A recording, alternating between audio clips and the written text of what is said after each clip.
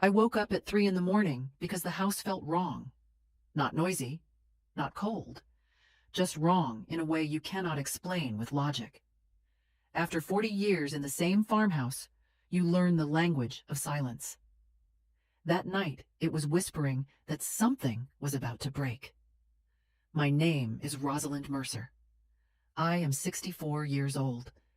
I have lived in this house longer than I lived anywhere else in my life. It was built by my late husband, Philip Mercer, and his father before him. Every floorboard has a memory. Every window has watched my children grow. I slipped out of bed to get a glass of water. My throat was dry. The clock on my dresser glowed 3:02.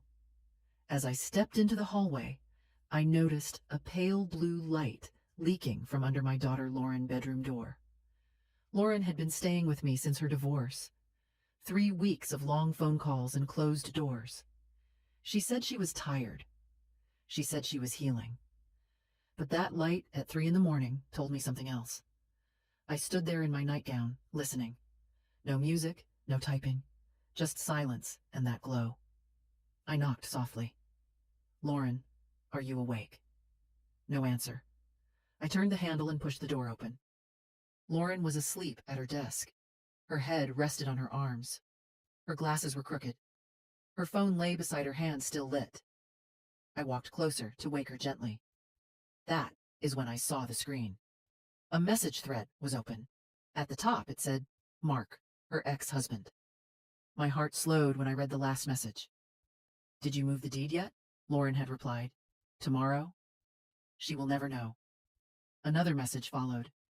"You are sure she has not found it?" Lauren wrote back. "Mom does not even know what she is looking for. It has been hidden for 30 years. My knees went weak. Then the last line. "The property and everything else. Once it transfers, we split it 60-40, like we agreed." In that moment, I understood something terrible. My own daughter was planning to steal from me, and she thought I was too old to notice. I closed Lauren's door without making a sound and stood alone in the dark hallway. My heart was pounding so loudly I was afraid it might wake her. For a long moment, I could not move. I was not just shocked. I was grieving. The daughter I believed I had raised did not exist anymore. I went back to my room and sat on the edge of the bed. My hands were shaking. I kept seeing those words on her phone over and over again. She will never know. That sentence hurt more than the betrayal itself. It meant they saw me as invisible, as someone easy to deceive. For most of my life, I had been the steady one, the woman who made breakfast every morning, the one who kept birthdays, school forms, and family memories in neat little boxes. I had spent decades putting everyone else first. When Philip died 8 years ago, I held this family together with nothing but patience and faith.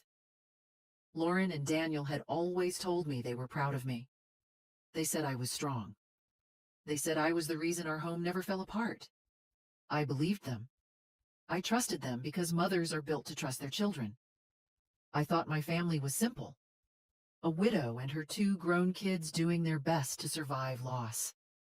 I thought the long phone calls Lauren made at night were just her sorting through pain from her divorce.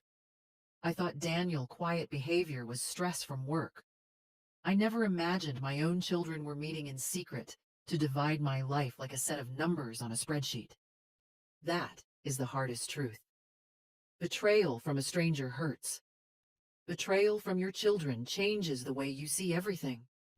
And I was only just beginning to understand how deep this went. By the time morning came, I had not slept at all. The sky outside my window slowly turned gray while my thoughts ran in circles. Hidden for 30 years. That was what Lauren had written. Something from 3 decades ago was now being used against me. I knew it had to be connected to Philip. After Lauren left the house that morning, I went straight to his old study. I had kept that room the same since the day he died. His desk, his shelves, his papers. It felt like stepping into a memory that never changed. I started looking through his drawers. At first, I found nothing unusual. Old bills, insurance forms, farm records. Everything looked clean and proper, but something inside me kept pushing. Philip had always been careful, too careful. I began checking the bookshelves. One of them did not sit right against the wall. When I touched it, it shifted.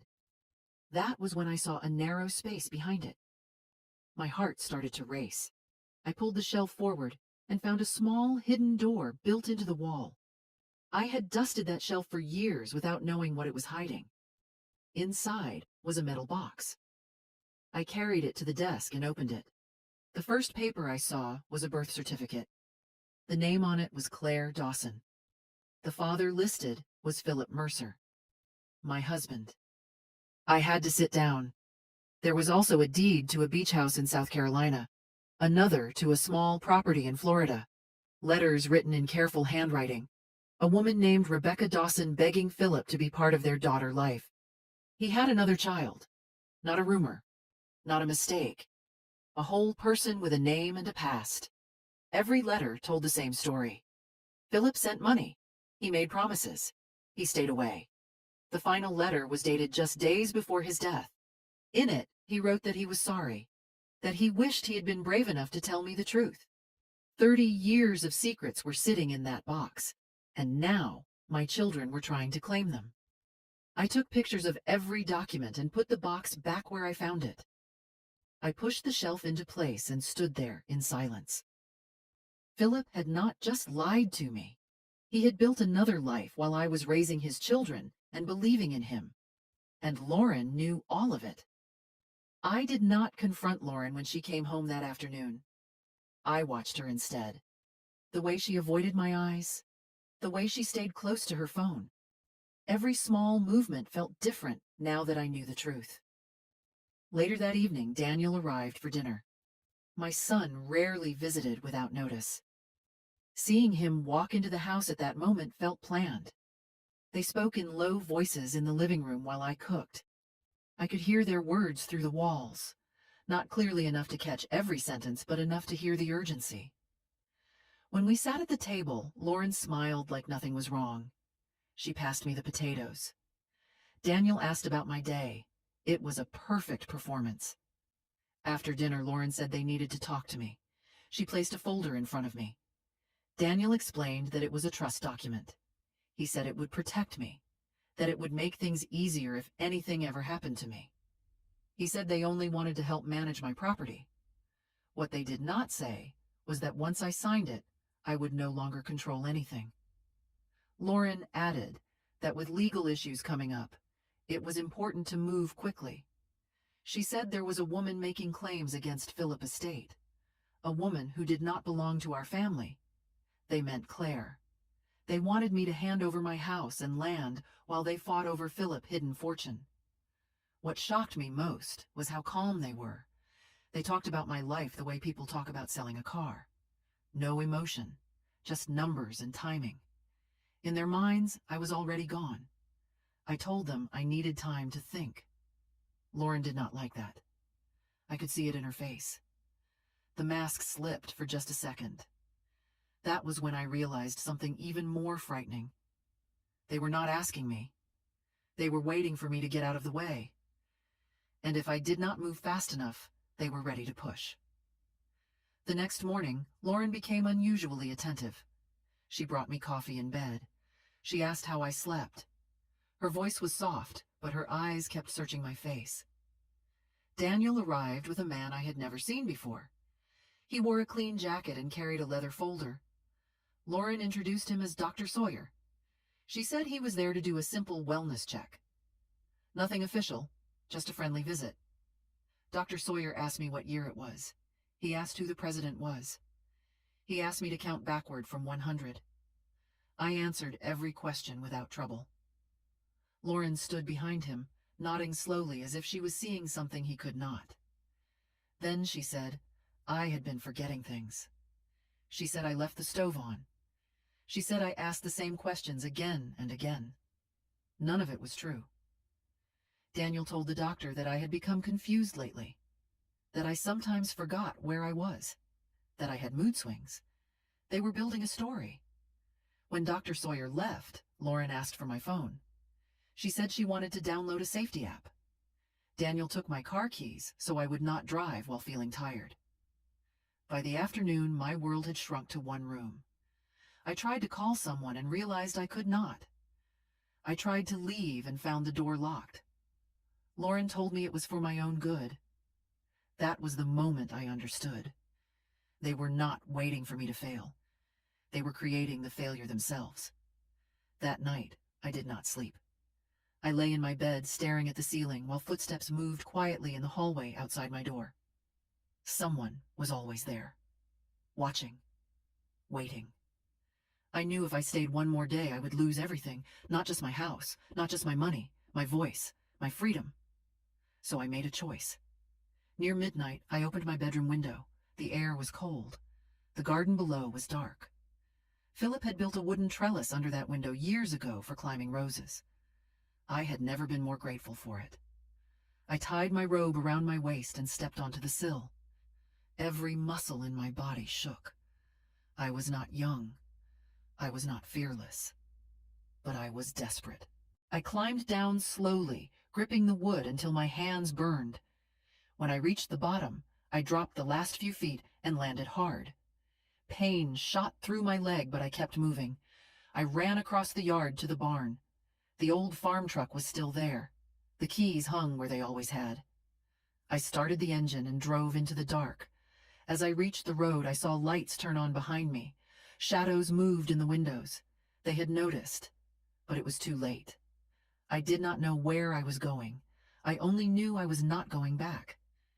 I drove until my hands stopped shaking. I pulled into a small motel on the edge of town and paid in cash. The room smelled like old carpet and soap, but it was quiet.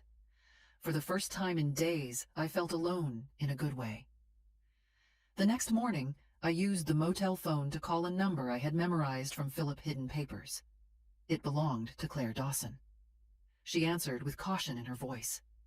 When I told her who I was, she went silent. We met at a coffee shop an hour later. She looked nothing like Lauren. Her eyes were kind but tired. Claire told me everything. Philip had promised her properties. He had planned a future for her, but Lauren and Daniel had contacted her after his death with a different idea. They wanted to take everything. They offered her a deal. Help them remove me, and they would give her half of Philip's secret wealth. Claire said no. She said she would not destroy another woman just to get what she was owed. That was when I realized the truth. The woman I had been warned about was not my enemy. My children were. 2 days later, we stood inside a small county courtroom that felt far too quiet for the storm it was about to hold. I sat beside Claire and her attorney, Helen Wright. My brother Richard Hale sat behind me. He had been a judge for most of his life, and he knew exactly what this case meant. Lauren and Daniel entered together. They did not look at me. Their lawyer spoke first. She said I was confused, that I had disappeared, that I was not mentally fit to manage my own affairs. Then Helen stood up. She laid out everything: the hidden properties, the secret child, the trust documents, the doctor who had been sent to my house without consent, the locked doors, the missing phone. I took the stand and told the judge what it felt like to be erased by your own children. Lauren stared at the floor. Daniel clenched his jaw. Then Claire testified. She described the offer they made her, the money, the plan, the way they spoke about me as if I was already gone. My brother spoke next. He explained how the trust had been written to give them full control while leaving me powerless. Finally, a real doctor testified that I was mentally sound and capable of making my own decisions. The judge listened to every word. When she spoke, her voice was firm. She said this was a clear case of financial abuse. She said the trust was invalid. She said Lauren and Daniel had violated the law and their duty as children. They were ordered to stay away from me. The courtroom went silent. I did not feel victory. I felt free. The truth changed everything. Within weeks, the deals Lauren and Daniel had been making began to fall apart. Mark turned on Lauren when he realized there was nothing left to take. He filed for divorce and released their messages to protect himself. Daniel lost his position at work when his involvement in the scheme became public through court records. Banks do not trust men who try to steal from their own mother. They blamed each other. They blamed Claire. They even blamed me. But none of it mattered anymore. The trust was gone. The property was mine again. The secret accounts Philip had hidden were recovered through the court. The lies were no longer useful to anyone. Lauren sent letters begging for forgiveness. Daniel sent messages saying he had been misunderstood. I did not reply. Some bridges do not need to be burned. They simply need to be left behind. I sold the old farmhouse 3 months later. Not because I had to, but because I wanted to. Every room carried echoes of who I used to be. A woman who believed love meant silence. With the money from 2 of Philip's hidden properties, I paid off every debt. For the first time in decades, no one owned a piece of my future. I bought a smaller place near a quiet river. It had wide windows and a porch that faced the sunrise. It felt like a place meant for beginnings, not endings. Claire visited often. We drank coffee and talked about the past without letting it poison the present. She was not a reminder of betrayal anymore. She was proof that truth had a way of finding light. I learned how to enjoy simple things again. Walking without fear. Sleeping without listening for footsteps. Making plans without asking permission. At 64, I was not starting over. I was finally starting free. People think revenge has to be loud, that it has to be cruel, that it has to look like destruction. Mine did not. Mine looked like walking away with my life still intact. Philip lies no longer controlled me. Lauren and Daniel no longer had power over my future. I had lost a husband. I had lost the children I thought I had. But I had gained something far more valuable. Myself. If someone close to you ever makes you feel small, if they try to convince you that you are confused or weak, pay attention. That is not love. That is control. It is never too late to take your life back.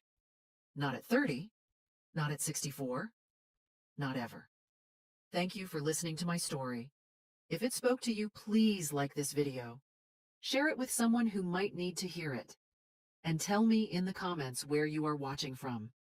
Your voice matters.